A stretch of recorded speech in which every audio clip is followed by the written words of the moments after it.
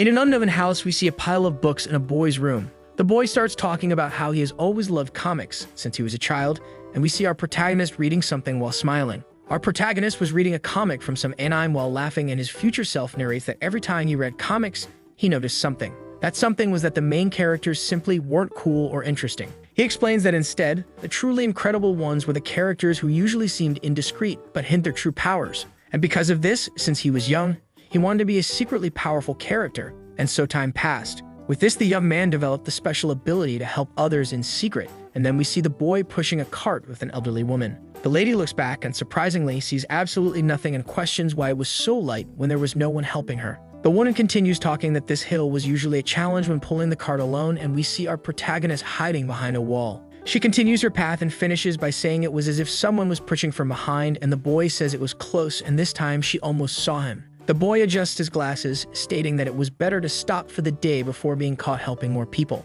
Leaving the place, he thinks he might help the man at the fruit shop the next day, and on the day marking his 10 years of helping people in secret, something happened. We see a huge bus about to hit our protagonist while he was crossing the street, thinking he made it through another day. Suddenly, the boy is startled and wakes up in an unknown place with the same appearance as before, but sweating in fear. Looking around, he finds himself in something resembling paradise and questions where he was wondering if he had just been hit by a truck. However, a woman with an angelic appearance and wings appears, saying that this was a world of swords and magic. The angel, who resembled an angel, explains that she anticipated the boy's arrival, stating that he had a noble, pure soul. The one explains that her name was Hersha, and she was the goddess of war, waiting to grant our protagonist a special new life. Hearing this, the boy questions if the woman was really waiting for him and asks if she knew him. Hersha, happy with a smile on her face, affirms that she knew him since the boy was one of the few saints in the world who helped others in secret. The one explains that many gods were charmed by the boy's good deeds, and for some reason, he becomes downcast. The boy says he tried so hard to remain unnoticed, but couldn't hide it from the gods, which was a pity. Hersha listens and stays silent for a moment, then laughs, saying the boy really was a person of integrity. Putting her hands together in prayer, the girl says that she, Hersha, the goddess of war, would grant the boy a divine blessing, and he could become anything he wished. He could be a warrior, demon king, or even a dragon, and if he wanted, even a king. Realizing what was happening, the young man's eyes light up, and Hersha asks what he would like to become. Our protagonist, enthusiastic, says he wanted to be a secretly powerful weakling, and Hersha doesn't understand the wish at first. Desperate, he starts repeating that he wanted to become a secretly powerful weakling and wanted the woman to transform him now. She remains somewhat intrigued, not fully understanding the boy's wish, and he clenching his fists as he always wanted this but never succeeded. The boy remembers helping people by fanning them secretly or even cleaning the streets without anyone noticing. But irritated, he says that wasn't being a secretly powerful weakling and was too trivial for his real goals. He starts imagining defeating a dragon, stating that a true secretly powerful weakling is always underestimated but unleashes their strength when necessary. In his imagination, the two heroes who were saved get nervous, questioning where that boy got such strength. Hersha, still shocked by the whole situation, comments that she understands as he wanted to be someone with great strength, but underestimated in hiding his powers. She says that the boy will be reborn in a new world as someone of humble origin, and hearing this, the boy becomes extremely happy. Hersha adds that the young man will be stronger than any warrior, demon king, dragon, or any other being, and hearing all this, he becomes even happier. However, if his powers are discovered, his heart will explode, and the boy is incredulous at this. Before he could stop her, Hersha was already concluding, saying that just as he had wished, the boy really should hide his powers. However, there was no more time, and she begins a prayer even as our protagonist begs her to stop because he doesn't want his heart to explode. Now in the future, the boy is sitting in a forest explaining that it has been 2 years since he came to this world, and he thinks that the goddess didn't understand his request. But the boy affirms that now it doesn't matter, and beside him, we can see several gigantic beast wolves. The boy celebrates, saying that none of it matters since there he is the strongest being in the world, and thus one of the beast dogs moves to attack the boy, staring at him. However, in an instant, we see multiple cracks from blows on the ground while we see the bodies of all the beasts that were there. Even though he is 20 times smaller, the boy managed to defeat the monsters, and then thinks that honestly, even with the debuff, he couldn't complain about his powers. Looking to the side, Yuria notices that there are 5 more beasts, and the animal, realizing its presence was noticed, panics and starts running. Urian, seeing the beast running, is incredulous and complains that it is very pathetic, just watching the wolf distance itself. The boy also thinks that fortunately his heart doesn't explode when the beasts discover his power, and that is very good. In the blink of an eye, he appears next to the monster, striking it from behind and sinking the beast into the ground, defeating it instantly. The animal can't react, simply falling to the ground while the boy celebrates that it was finally the last one remaining. He begins to analyze the flowery field he is in, saying he doesn't see any more people or beasts there, so everything is finished. Urian thinks he might return to the village while staring at the beautiful sky in front of him. After a while, in a beautiful village illuminated by the sun's rays, a female voice calls out our protagonist's name. A girl with red hair and a broom cleaning a sidewalk questions where the boy was, and he calls her Era, saying he had a stomachache. Era, concerned, says he should have told her since he knows how weak he is, and she had already told him not to walk alone. The young woman also says that several beast wolves roam the entire area, and that's why he needs to be careful, and Urian, even sad, apologizes. Seeing the conversation, 2 more children appear, saying that lately they haven't seen any beast wolves. The children are happy, saying that it was usually very difficult to cultivate with those monsters around, and probably all of this was thanks to the priest's prayers. Finally, one of the children wishes never to see those beasts again, and hearing all this, even without gaining merit, Urian is happy. However, after a short period, a muscular man with brown hair grabs our protagonist by the hair, calling him a brat. He throws the poor boy far against the wall, stating that the boy should never walk alone again, and asks if he understood. Era quickly runs to Urian, wanting to know if he is okay while worrying about the boy. The man says he accepted the boy because he was young, but the boy is short, weak, and useless. The young woman continues to question if the boy is okay, and Urian can only groan in pain, pretending he is suffering. Trying to stay in his act, he apologizes to the man who takes care of them, thinking that his mission to hide his powers that day was a success. The cruel man then orders all the children to start sweeping now, and promptly they agree, running afterward. This so-called director questions if they all memorized the song, and those who didn't would be thrown to the wolves. Outside near the square, while sweeping the street, all the children start singing the song about being happy even though they are orphans. Being forced to do that, they continue trying to keep a firm expression, singing that they are being taken care of and are happy. Even Urian and Era join in the song, thanking the villagers for sharing food with the poor children. Seeing this, some villagers gather as an audience and watch the children's song, becoming happy. The people say that the children are doing it out of the goodness of their hearts, and everyone is impressed, saying that the director is a really admirable person. One of the villagers says he will gift the orphans with pieces of chicken, and all the children become extremely happy. At dinner, the director was enjoying a feast of chicken and meat while drinking beer. However, the only thing the children had were boiled potatoes, and Urian becomes extremely irritated by this. The boy asks why they receive potatoes and have to eat on the floor while the director continues to enjoy his food. The orphan girl asks Era why, even though the lady had given them chicken, they only received potatoes. But the boy next to her says she should shut up and just eat, since it was better to eat potatoes under a roof than to starve in the streets. Still, the little girl remains sad, and Urian becomes extremely irritated, cursing the director and grinding his teeth in anger. However, Era calls everyone's attention and takes out some boiled eggs, saying it was a special treat added to that day's dinner. All the other 3 orphans are extremely impressed, salivating since they are not used to eating something so delicious. Excited, Era says she got those eggs from the lady who had given them chicken, and they should eat before the director sees them with it. Everyone becomes extremely happy, commenting that Era was the best, and another orphan says she wants to eat it now. Urian thinks he hasn't eaten boiled eggs in years while continuing to salivate, and Era calls his name. The girl offers her boiled egg to the boy, saying he could also eat if he wanted, but the boy is a bit hesitant. Era states that the boy was very thin, and if he got any thinner, the director would definitely kick him out. However, Urian refuses, saying he was fine and she could eat her egg because nothing would happen. But with this, Era gets irritated, trying to force the boy to swallow the food, saying he had to eat or he would be thrown out, but even so, Urian doesn't eat anything. Era's stomach growls and the girl becomes totally embarrassed, and with that, Urian takes the opportunity to laugh and then says she could eat. Smiling, our protagonist looks at the girl while thinking about when he arrived in that world. We then see a memory of Urian in that village being called a rat and assaulted by someone. The man says the boy should stay away from the shop since he was scaring all his customers, and Urian is left lying, writhing on the ground. Leaving the place, the man says he will finish off the boy if he finds him there again, and Urian thinks that life as an orphan was pure hell. No one offered any protection, and violence lurked around every corner because people are false and cruel. He thinks he may have partially chosen this, but it was simply too hard for him to endure alone, and then an unknown girl approaches him. The girl says the boy must also be an orphan, and crouching next to him, introduces herself and offers a potato to the boy, asking him to come with her. Era explains that the director was not a good man, but at least there the boy would have shelter and food without much worry. Urian is somewhat incredulous about this, and suddenly the girl's stomach growls with hunger. Holding hands with the boy near the orphanage, the girl asks the director to accept the boy because he was a young boy. She also says the boy would work hard for the director, and she guarantees it with all her might. Returning to the present, our protagonist continues with a sparkle in his eyes, watching Era and thinking that her kindness was unwavering.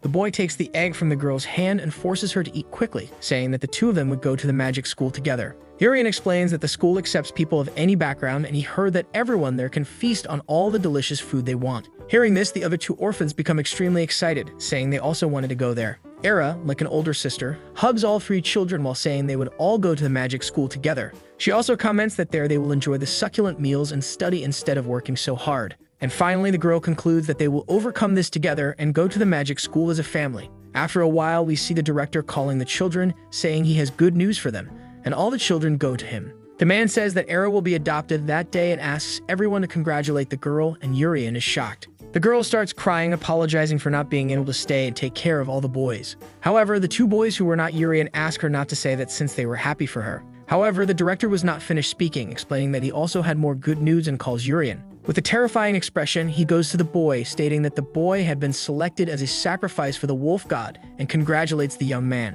Hearing this, Era panics, telling the director to wait since this was not what he had promised, as the man had said he would take care of Urian if she agreed to be adopted. However, the man continues with a terrifying expression and asks Urian if he knows why there haven't been any wolf beasts lately. Our protagonist says he knows, but the director interrupts, stating that what he was thinking was wrong since the reason the beasts haven't appeared anymore is because, with a demonic expression, he says they have been feeding the wolf god regularly because the beast prefers the flesh of children. The director says that Urian was weak and small, so he would never become a great worker. Instead, his sacrifice would protect the village, and he asks all the children to congratulate Urian, and the boy thinks this is why the director keeps the orphanage. However, Era becomes even more desperate, calling the man and begging to be the sacrifice instead of the boy, continuing to ask the man to keep Urian alive. But a punch comes her way, though for a moment, the man hesitates, saying he couldn't hurt his merchandise. Still, he tells the girl never to say anything like that again, and she becomes extremely nervous. In a threatening manner, the man says that if the girl says something like that again, he will feed Urian and the others to the wolves as well. Finally, the director says that except for Urian, all the other children should go outside and sweep immediately. In another place with a crown of flowers on his head, the boy wonders what he should do at that moment. Bored, Urian asks if he should kill the wolf god and go on a secret journey. Breaking his thoughts, someone calls his name, and looking to the side, the boy is shocked by the scene he sees. Looking toward the door where he was, Urian sees Era with her hair cut short, approaching him. Worried, the boy asks what the girl is doing there and what happened to her hair. Era laughs, asking what he thinks, then explains that she cut it herself to look like the boy. She also says they don't have time to talk, asking the boy to change clothes with her immediately. While taking off her coat, the girl says it is girl's clothes but will fit him since the boy is thin. Urian is startled, asking why she is doing this all of a sudden. Smiling, Era looks at Urian with a firm expression and says she will be the sacrifice for the wolf god. Hearing this, the boy is shocked, asking if she knows what it means to be a real sacrifice. With a somewhat sad smile, the girl says she knows since her younger brother was a sacrifice. Our protagonist is shocked, and the girl calls his name, saying that when she first saw him, she thought her brother had come back to life. The resemblance was extremely impressive, and that was probably why she felt the need to take care of the boy. The boy still hesitates and is shocked by all the information flooding his mind, only saying the girl's name. Holding back her tears, Era says she doesn't want to see her brother's life taken again and is asking the boy to run away as quickly as possible. Finally, what was stuck in Urian's throat comes out, and he says they should simply run away together because she shouldn't offer herself as a sacrifice. Sadly, Era says they will find the two of them since adults are much faster than children. With her head down, the girl comments that she has a good idea since when the director sees her hair cut, he will definitely beat her a lot. Era says that Urian knows that when the director starts, he can't stop beating the children, and if our protagonist escapes at that moment, he will at least manage to get out of the village. The young woman goes to the boy, removing the crown of flowers from his head and asking him to please live for both of them. Era also says that apparently the family that was going to adopt her was not good, and she would rather save the boy than live in such a place. Extremely irritated, Urian thinks that these are not the words a 10-year-old child should say, and that he possesses immense power and still cannot do anything. But at that moment, surprising both of them, the director arrives wielding a knife, and Era has an extremely distressed expression. The man says the girl's name and asks what happened to her hair while holding the knife tightly. Scared, Era turns around saying she can explain, while Urian watches the weapon in the man's hand, wondering why he has it. Something happens, and our protagonist becomes extremely distressed, and at that moment, the man asks the girl what she has done to herself. In an act of desperation and hatred, Urian calls the girl's name, and power begins to form in his hand. But something happens, and the boy's heart starts to beat faster, and a sharp pain begins to afflict him. Realizing what is happening, the boy only feels his heart hurting, while starting to deny that it is happening and becomes angry with himself. He remembers the moment when Hersha had said that if he were discovered, his heart would explode. Looking to the side, Urian sees that Era is being grabbed by the neck by the director while spitting blood and groaning in pain. The deranged man, seeing the flower crown on the girl's head, says he finally understood everything, because she wanted to be sacrificed just like her brother, and Era continues to struggle and cry out in pain. This lunatic, crazy director begins to laugh for some reason, saying that the girl should wait because he was going to tell her something interesting. He reveals with a terrifying expression that he is the wolf god and that he killed the girl's brother. Without remorse, the man states that he threw Era's brother's flesh to the wolf beasts and sold the boy's organs for a good price. Smiling, the director also says that the child finally meant something dead, and such honor was too much for such a useless orphan. Still holding the girl by the neck, he adds that the girl's brother was a good boy until the end because he had said he was happy to become a sacrifice. Finally, the director concludes that the child was indeed a good boy, still laughing, but he notices that Era is no longer moving, questioning if she is dead. Looking to the side, he faces Urian, who is watching the scene with a desperate expression of fear. With a cold look as if not caring, the man informs Urian that his sister is dead. However, the director says that the boy should not worry since he will join her very soon. As Urian continues to remember all the happy moments he had with Era, in which the girl was a great sister to him, our protagonist feels anguished. Urian feels completely desolate, empty inside, but asks the director what he is waiting for. The man is somewhat confused, never having expected that from the boy, and just asks what he said. We return to the moment when Hersha gave the boy his powers, and the woman asks why he wants to be a secretly powerful weakling. She says that a warrior or a demon king seems more appropriate, then asks if it is just to keep the powers hidden from others. Our protagonist replies that a warrior or a demon king must use their powers for humans or demons. But he didn't want that, and Hersha remains somewhat silent, just observing the boy. Returning to the present moment, Urian says he wanted to use his powers to save the people he loved, quickly delivering a blow that decapitates the director. With the enormous strength he had, along with the director's head, the top part of the church shattered, and with Urian's blow, the whole sky opened up. The lifeless body of the director lets go of Era, who apparently is already in a better place, and the girl falls to the ground. But before she hits the ground, our protagonist quickly goes to her, holding the girl's body. Completely desolate, the boy says he acted too late and apologizes to his sister for it. However, he notices something, and widening his eyes, Urian realizes that the girl is emitting some groans and is probably still alive.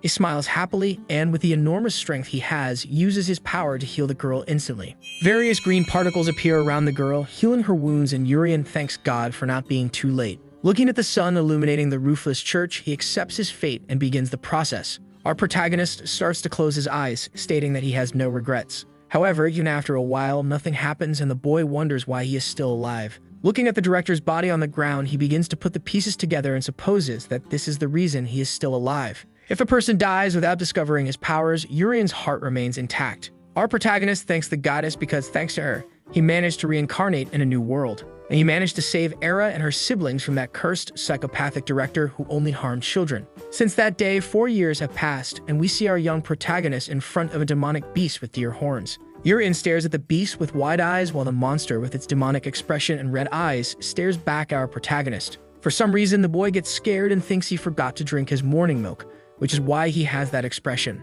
Even with the demonic beast in front of him, the boy doesn't care about the monster and then gets irritated for not having grown much in the last 4 years. The monster, seeing the boy's complaints, says nothing and just moves to attack the poor boy who was trying to calculate the average height for someone aged 13. Taking advantage of the moment when he was irritated, our protagonist uses his strength and with just one punch, manages to destroy the monster's entire stomach, splitting it in two. Seeing the body of the shattered beast in front of him, the boy starts staring for some reason at the animal's skull lying there.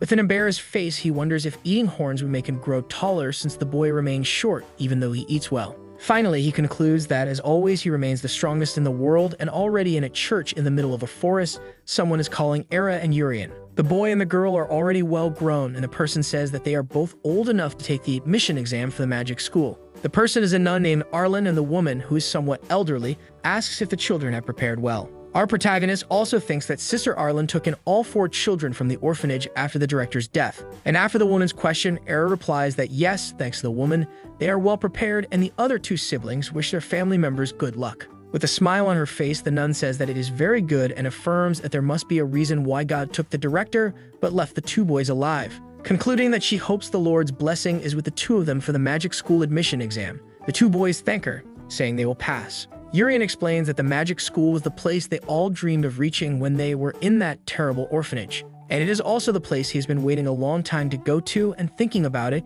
he tries to control all the happiness he is feeling. The boy says that the last 4 years were very boring, remembering the moments he faced various beasts and gigantic monsters with ease. Because all he did was secretly kill monsters, but now people will openly despise him, and the boy continues with a small smile. Since that's what the fantasy world and magic school are about, a protagonist who is always underestimated. Releasing small laughs and shouts of joy, the boy concludes that he is very excited, waiting for all this to happen. The actual magic school was a school founded by the royal family, and it was a huge place with many rooms. There they nurture talented individuals regardless of their status to defend the people and common citizens from monsters. And today is the day of the magic school admission exam, and we see a noble named Chris with orange hair stating that the school is incredible. The boy, diverting his green eyes to the side, notices the presence of some people and says that, as expected, most of the others have blue brooches and are students from the nobility just like him. But for some reason, the noble gets scared by something when he looks at someone and notices a person with a red brooch who is the princess of the royal family.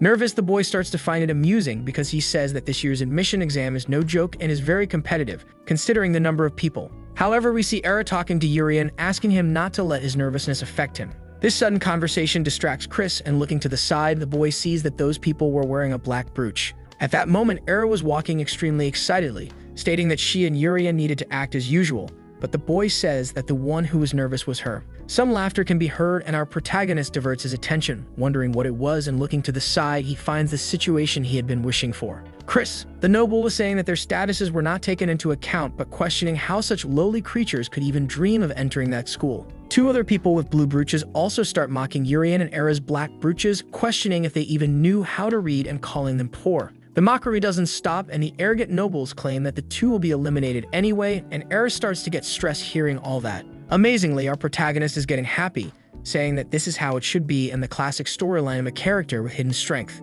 However, Era just shakes her head, trying to stay calm because she is holding back all her fury, stating that she wouldn't care about it, and then turning away. The girl averts her gaze from Chris, walking in another direction, and seeing this, Urian gets confused, questioning what she is doing. But the girl remains firm, saying that her brother should stay strong and ignore all those foolish people. She explains that for those kinds of people, social status had more value than the human being itself, and that was disgusting and extremely repulsive. Urian asks the girl to wait for him and starts following her, thinking that all of this was a waste since it was the situation he wanted and imagined for years. An old man then says that the 29th admission exam would start now, and we see a place that looked like a battle arena where the test would take place. The noble director of the Royal Magic School, named Mages, says that the exam was simple, and as students of the magic school, the goal of the students was to protect people. Mages concludes that in this admission exam, the fundamental abilities of all the students with the sword and their magical powers will be tested. While listening to the lecture, Urian continues to hear the voices of all the people mocking him for wearing a black plebeian brooch.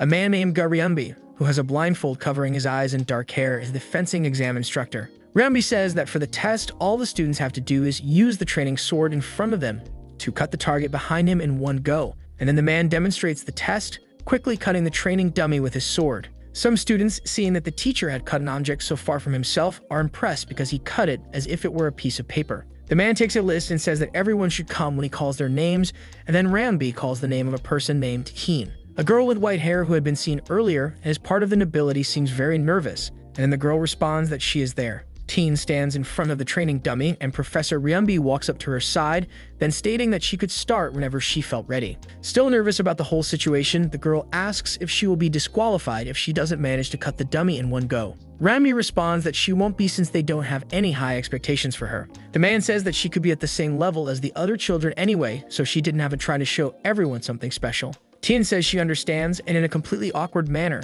as if she couldn't even hold the sword properly, she attacks the dummy incorrectly. The teacher notices that the girl only made a scratch and didn't even manage to cut halfway through the dummy, saying that in that case, you would call the next person. The next person he calls is Chris, and the boy also manages to cut only halfway, then calls another person named Rishal, who also manages to cut halfway. Riambi calls one more person, who is a girl named Era, the sister of our protagonist whom we know. Nervous, the young girl says she is there, while her brother tries to calm her down, saying that it is okay, and she will manage it easily. Urian says he thinks the criterion to pass was only if you could cut half of the target, stating that the girl could do that easily with her skill. After that encouragement, Era says she can do it and thanks her brother for supporting her at all times before heading towards the dummy. Ryubi then declares that the girl can start when she's ready, and Era prepares by getting into a fighting stance and gripping the sword tightly. One of the nobles watching says he understands that anyone could apply but doesn't understand why they allow commoners to take the test. The girl gets completely irritated, sighing and recalling memories from 4 years ago,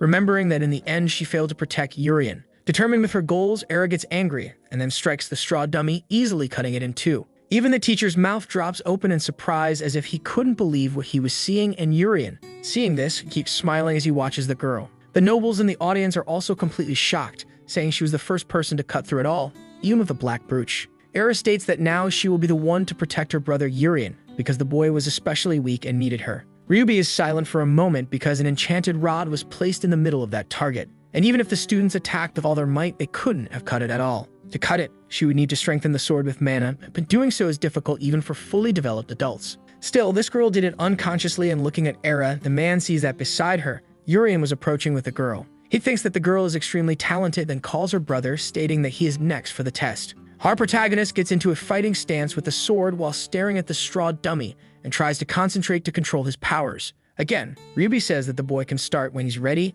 and the teacher wonders if the girl's brother is like her. But like the great actor he is, the young boy attacks the straw dummy, practically doing nothing to it. All the nobles look at that as if they had already expected it, and even the teacher is a bit disappointed. They continue laughing at the boy, saying that he didn't even cut half, which was expected since he had a black brooch and commoners are weak. Ryubi notices that the boy is not as talented compared to his sister, calling the next student for the test, and all this makes Urien happy for achieving what he wanted. After a while, after the test ends, all the students are in front of a target, and the teacher declares that it is the magic test. Teacher Jai is in charge of that test, and the woman will ask all the students to use a wand to hit the target with magic. A small cute student says that he still can't use magic, like most of the students there, and the teacher, smiling, responds that it's okay, because that wand can create water even if the holder can't control magic. And then she says that one by one they will shoot using that object. The woman says that the first student to take the test will be Chris, and then the student, with all his arrogance, says he will go. Quickly, feeling full of himself, the boy grabs the magic wand and uses a water attack, hitting the target squarely, and Ji says it was excellent. The boy continues to be full of himself, and some people beside him say that was expected and start congratulating him because he is very good. The teacher declares that he can return to his place, and now the next one will be Urien, and Chris walks away, feeling accomplished. Our protagonist raises his hand, saying he is there, that everything will be fine, and that he can do it. The teacher asks the boy to hold the magic wand and step forward, but when he's about to take it from Chris' hand, the boy drops the wand. With his ego extremely inflated, the boy doesn't accept a commoner getting close to him, and thus throws the object on the ground. He says that our protagonist shouldn't dare stand while receiving anything from a noble, and calls the boy an inferior commoner, leaving Urien shocked. Era says our protagonist's name, feeling apprehensive, and teacher Jai says that the boys shouldn't fight with each other. However, crouching down and picking up the object, our protagonist tells his sister that it's okay, thinking that thanks to that jerk, everyone was now looking at him. Many people continue smiling at our protagonist, knowing that the boy would fail the test, and thus Urien concludes that he would fail the test just as he had planned. Again, he positions himself in front of the target, raising the wand, ready to cast the attack with the least force possible. The boy notes that thanks to this, he will become the perfect hidden strength character while continuing to smile proudly at himself. But accidentally, for some reason, an enormous water spell, much larger than the previous one, comes out of the magic wand. Seeing this, the boy is completely shocked, wondering what had happened since that wasn't his intention. Era and the teacher are in shock, while the woman says to wait since something happened with that wand. But before she can finish her sentence, all the students scream as they are completely shocked and impressed by what they just witnessed. Our protagonist is sweating profusely with fear because he didn't want that to happen. Looking at the wand given by the teacher, the boy realizes he accidentally broke it, saying afterward that he was screwed. Seeing a commoner manage to break a magical object just by using it, everyone is in shock. The nobles, including Urien's sister and the teacher, just observe the boy, not knowing what to say and trying to understand the situation. Chris and his friends wonder what happened, while the orange-haired noble is totally worried, with his ego inflated and not wanting to be outdone. They question how the magic tool exploded and if it exploded because that commoner's mana was so strong,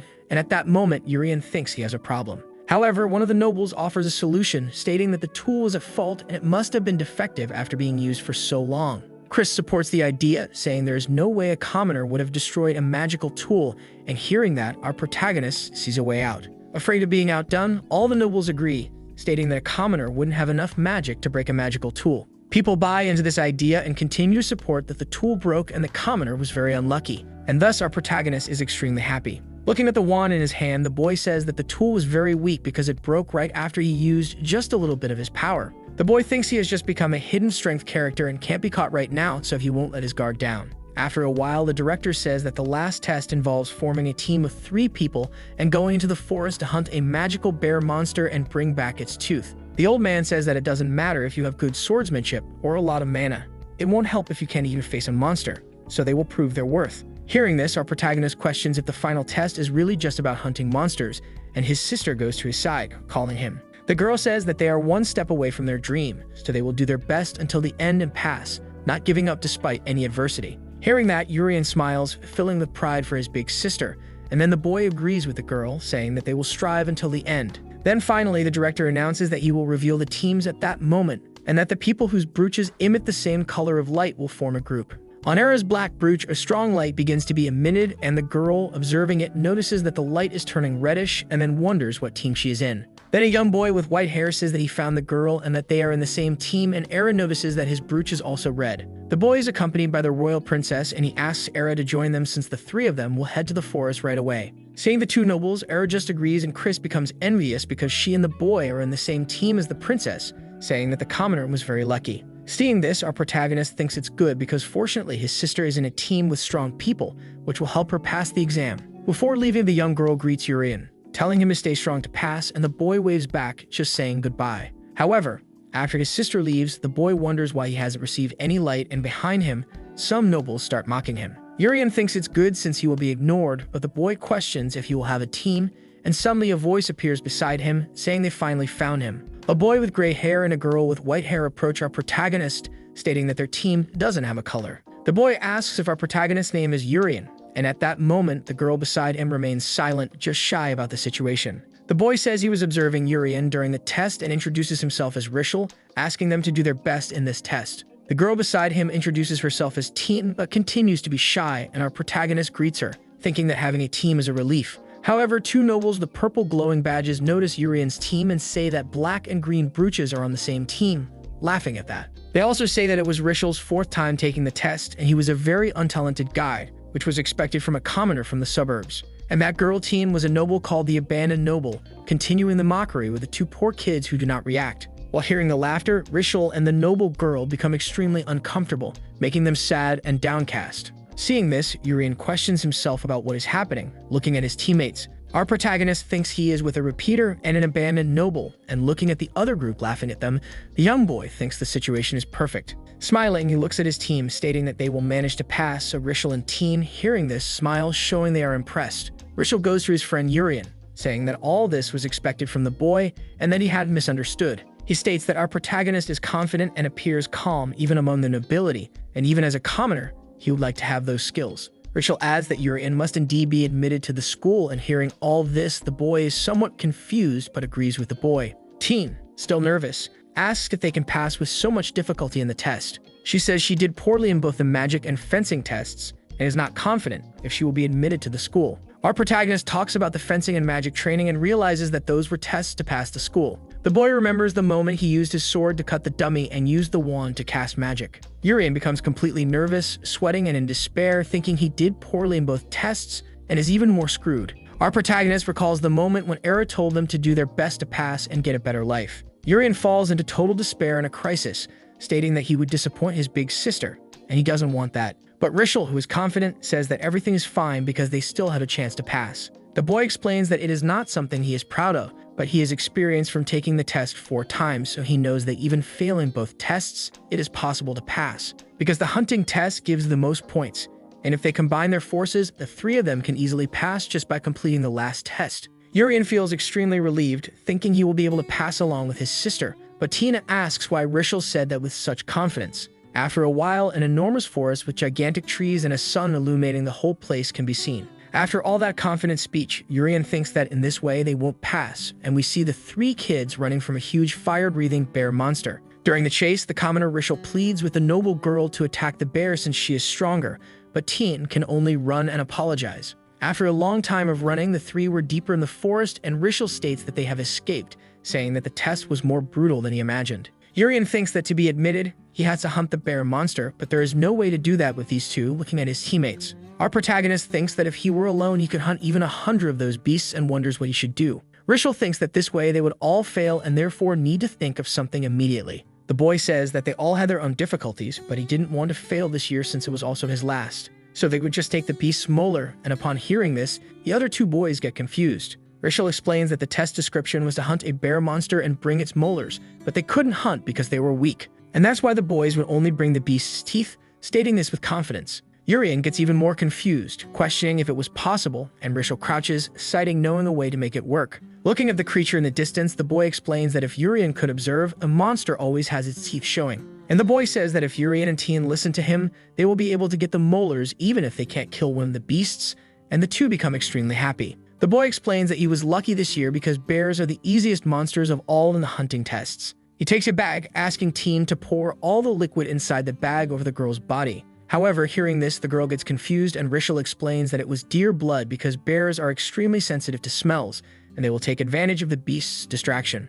Nevertheless, the girl gets nervous about the whole situation, trying to explain that she was not good at running and apologizing once again. Even so, opening the bag, Rishel says it was fine and that he already expected this to happen anyway. And with a cold look, he says that the bears will ignore him and Urian if they attack when the beast is eating the girl's body, and Tien gets even more nervous. Then they will take this opportunity to get the tooth while the poor girl is being devoured. However, our protagonist gets angry, grabbing Rishel's wrist and preventing him from opening the bottle. He questions if the boy was really telling the girl to die in vain. For some reason, Rishel maintains his firm expression, questioning what the problem was and if Urian didn't want to go to school with his sister. The commoner says they couldn't do anything about the sacrifices, freeing his hand afterward and immediately opening the bottle again. He questions if the boy could catch the bear with another method besides this, and he would never succeed no matter what he did. Rishel also says that he could because he was of a lower class and was therefore determined to follow through with his cruel plan. The young man says that unlike the nobles, the commoners are not born with mana, and that's why they, the lowest class, should unite. Rishel says it would be good if the two of them passed by sacrificing a noble since they would never care about her because she was an outcast. The boy adds that they could use her however they wanted, while Tien, for some reason, starts to almost cry, remembering something upon hearing that phrase. A memory comes to the girl's mind of the moment her mother said she heard that the girl had failed the test again. The woman says that the girl's older brother, Ricky, was excellent and she was starting to doubt if the two of them were really blood relatives. Tien, hearing this, becomes extremely sad and downcast, and the woman adds that she really was the shame of the Count's family. Finally, the girl accepts her fate, but Urian says that she had been abandoned and ignored, but there will still be a time when the girl can shine. And it wasn't for Rishel to decide another person's value in such a careless way, and upon hearing this, a noble girl becomes extremely surprised. However, seeing that his friend would not agree with the plan, Rishel quickly throws deer blood over the two boys. And with coldness in his eyes and malice, he says that Urian should die too, and smelling it, the bear moves. The beast, spitting fire and with hundreds of teeth in its mouth, rushes at our protagonist and Tien to kill him. The girl is completely panicked, not knowing what she should do. However, Urian remains still and just smiles, thinking that this was his chance. Fearing for her life, Tien continues to scream, trying to think of an idea to save herself, and looking to the side, she notices something. Observing our protagonist, she thinks that the boy was very weak, and they would all die if things continued the way they were. And so, taking her wand in hand and changing her gaze to a determined one, Tien says she needs to kill the monster alone. The creature, with all its monstrosity, roars, leaving the girl terrified and in shock for a few seconds. Frightened, the young woman begins to remember when her mother said she was a disgrace to the family, and thus clenches her teeth in anger. With the bear's attack, the girl uses her wind magic to defend herself, blocking the blow. Activating more magic in her wand, the girl shouts that she is also a noble despite everything. And then with her mana, she casts a spell called Wind Blade, forming several magical daggers around her. Looking at that bear with all her hatred and smiling, the girl launches the attack against the beast. However, doesn't even scratch the huge creature that continues to stand staring at the two young people, leaving Tien scared. Our protagonist seemed unaffected and unafraid, saying that the monster had tough skin, and Tien thinks she would at least get Urian out of there. The boy doesn't understand what is happening, and when he looks to the side, he notices that a mass of wind is starting to form. Urian notices that the air is cooling, and the girl says it might hurt a little when our protagonist lands. She explains that she only knew how to save him by throwing him into the air because she still had to learn how to land things safely. But still smiling, Tien affirms that it's better than dying, and determined, the girl turns her attention to the monster, ready to enter immortal confrontation. Without looking back, she uses her magic to throw Urian far away to save the boy, while he can only scream. Tien remembers the moment when the boy stood before her to protect her, feeling happy about it. The girl smiles, thanking Urian for giving her the strength to be brave at least one last time. In front of the bear, the girl says that at least the boy has floated far away, and thus the bear attacks with its enormous claws. However, for some reason, the attack passes, and the girl appears already in another place, falling to the ground. Our protagonist prevents the girl from falling and hitting the ground, saving her immediately. After fainting, Tien is held in Urian's arms as he says that just as he had said, she had her moment to shine. The bear remains incredulous, not understanding how the person in front of it vanished, and Urian thinks that the guy with glasses fled because he didn't want to get involved in the mess. Because of this, he was able to save that child, and the bear, realizing its prey, immediately turns around. At the same instant, the beast rushes to attack Urian with its claws and opens its mouth with various teeth. Our protagonist says that he first has to collect the teeth, and just by swinging his fist back, the boy extinguishes the creature, splitting it in two, leaving only its jaw. The monster couldn't even see where the attack came from, and Urian thinks that before Rishal returns, he should prepare a trick, wondering where the boy went. Rishal, after all that confusion, was already in another place, accompanied by other boys, and someone asks what they were doing. Apparently, there were a total of 6 commoner children prepared to attack a certain someone. Ricky and the princess, accompanied by Era, were united, defending themselves, and the nobleman says that his sword and wand should only be used when facing monsters. One of the boys with Rishal asks Era to come with them because they would help the girl pass the exam.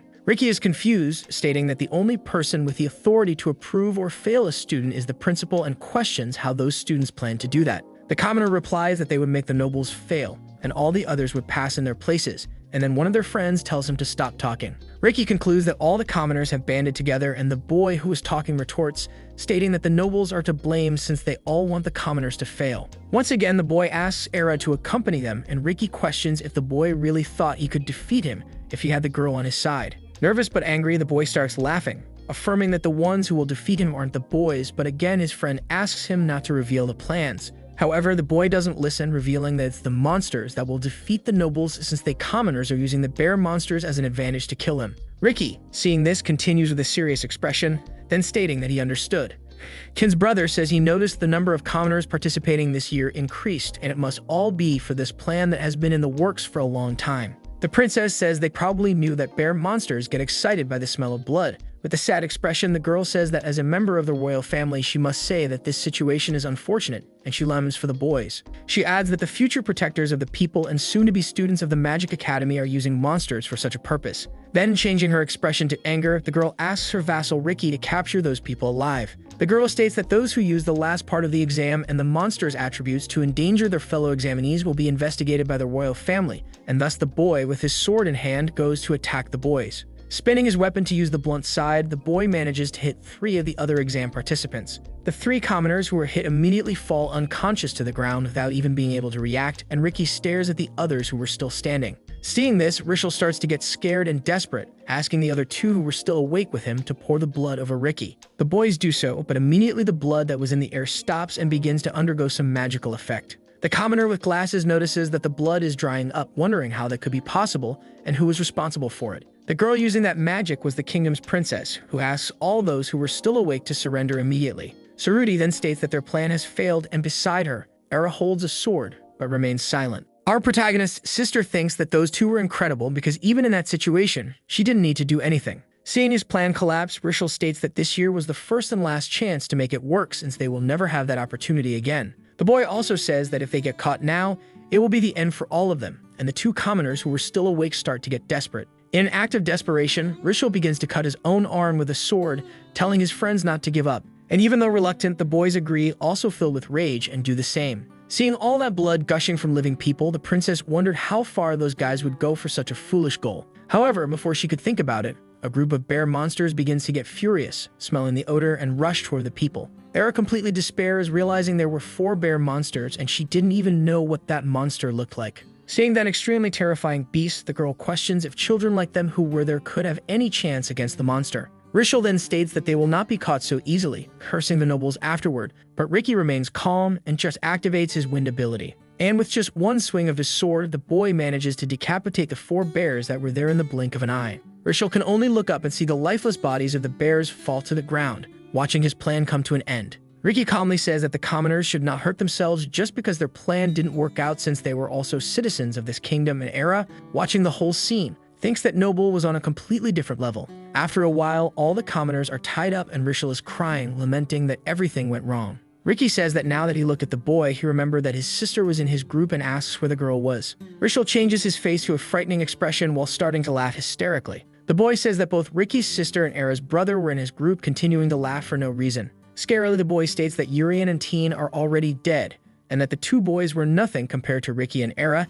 adding that the bears must already be licking their bones by now, leaving Era and Ricky terrified. Rishal concludes by saying that if they're lucky, maybe one of them is still alive, and immediately the princess sends Ricky after the 2, stating that there could still be traces left. Desperate, Era goes after the boy, calling for her brother, but for some reason, the princess asks the girl to stay there. Trembling with worry, Era immediately stops because it is a royal order but questions the reason for this. The girl, with a cold expression, says that her younger brother is there too, and she has to go save him at any cost. With a sad expression, Saruti says she knows what it's like to hear that something might have happened to her family, but she cannot go. And coldly, the princess says the girl would only get in the way, while Era stands still for a while. The princess says that if things happen the way Rishal described and they were victims of a bear, then the incident site will have blood spread all over. And the monsters that smelled the blood will all gather there 10, maybe even 20 beasts, and it was impossible to predict exactly how many monsters would come. Saruti concludes that Ricky is skilled enough to kill them all, but fighting bears while protecting the girl will be difficult even for the noble. So she asks the girl to have a little faith in Ricky and wait there.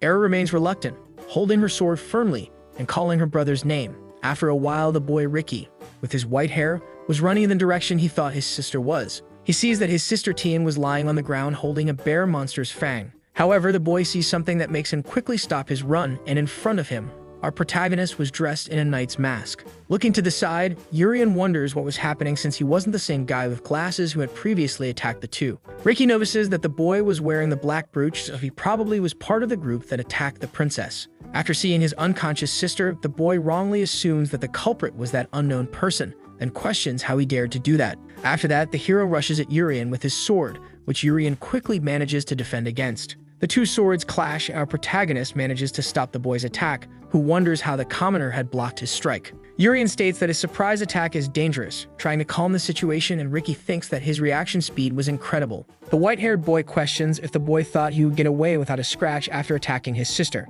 while thinking that the secret student also imbued his sword with mana. However, our protagonist behind the mask says it wasn't him. Urian asks Ricky to calm down for a second and listen, stating that he understands why the boy confused the situation, but he wasn't one of them. However, before he could say anything else, Ricky uses his wind power, frightening Urian. A huge gust of wind in the shape of a lion attacks the small boy, who manages to dodge. Our protagonist warns Ricky that it was dangerous while thinking the attack almost broke his helmet. Chin's brother seizes the opportunity to go to his sister, conjuring a windshield around her to protect her. Ricky says that a suspicious helmeted person was with his unconscious sister, besides being a commoner, and this situation had all the elements to raise suspicions. However, as he said, the boy didn't think the guy was one of them, and Urian feels relieved, thanking him. Ricky adds that with the recognition of his opponent's excellent movements in dodging his blows twice, he will introduce himself. The boy states his name, turning around and saying that he serves the spirit of the wind, Welui, and is the eldest son of the Viscount's family. Urian comments that it is a pleasure to meet the boy, and as a form of thanks,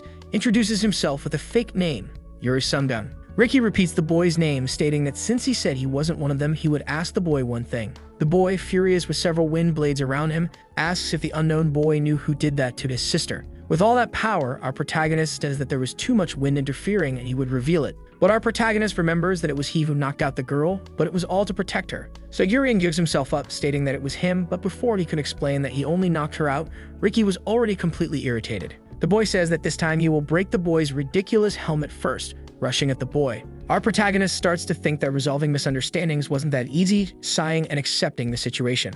He thinks he needed to get the bear's molars quickly past the test phase, so he starts gripping his sword tightly. Urian tells Ricky that he will talk more with the boy next time and immediately moves out of the boy's reach. Chin's brother notices his opponent's speed, stating that he was fast. And by the way he moved, he was definitely an intermediate level knight or higher, but he had read him. And immediately the boy, surrounded by wind, appears in front of our protagonist, ready to stop him. With his lightning sword, he says his weapon was faster and immediately strikes a blow against who he thought was his opponent. However, it was as if the masked one had disappeared in a second, and the sword's strike split the air in two. Ricky thinks he had cut his enemy, but when he opens his eyes, he realizes the boy had vanished and becomes extremely confused by the whole situation. Before he could ask where the boy was, he receives a strong blow to the nape, making him slowly lose consciousness. And with that, before he could ask when he had been attacked, his body collapses and his mind completely blanks out as he faints. Seeing that scene, Urian explains that what Ricky had attacked was something like his residual image, something left by his incredible speed. After the test, the director announces that the 29th admission exam had ended,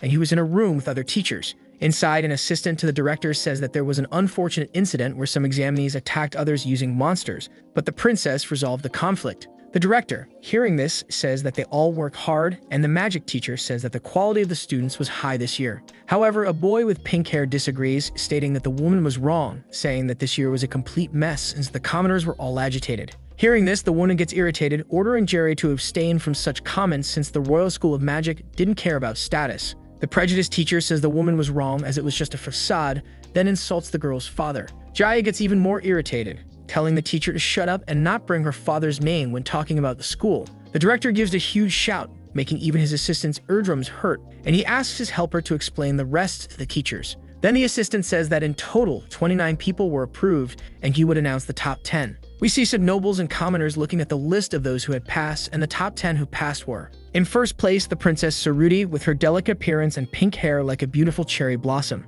In second place was the member of the Wind Spirit clan, Ricky, who was still incredulous, talking about Yuri Sumdung, the boy with the mask. In third place was a boy with blue eyes and light hair who was a magical swordsman named Jade, and the boy was happy to have made it to the top 3. Fourth and fifth places were the younger sister Sia and the older sister Mu, who were complaining about not being in first place due to it being an individual assessment. Surprisingly, in sixth place was a commoner who was very happy, and the girl was Era, our protagonist's sister, the young woman with red hair. In seventh place was the son of the Minister of Internal Affairs, Chris, an insufferable boy who was complaining because a commoner was ranked above him. In eighth place was the troublemaker Rezo, who was annoyed about having to take the test while stating that he would kill someone before going home. In ninth place was the princess's biggest fan, the girl Hina, who was constantly admiring Suruti and commenting on the girl's beauty. And finally, in 10th place was a boy with slanted eyes named Goliath, who was saying that the long-haired lunatic Rezo seemed like a psychopath. The member of the Wind Spirit clan, Teen, who was also analyzing her chart, realizes she was in 24th place and almost didn't pass.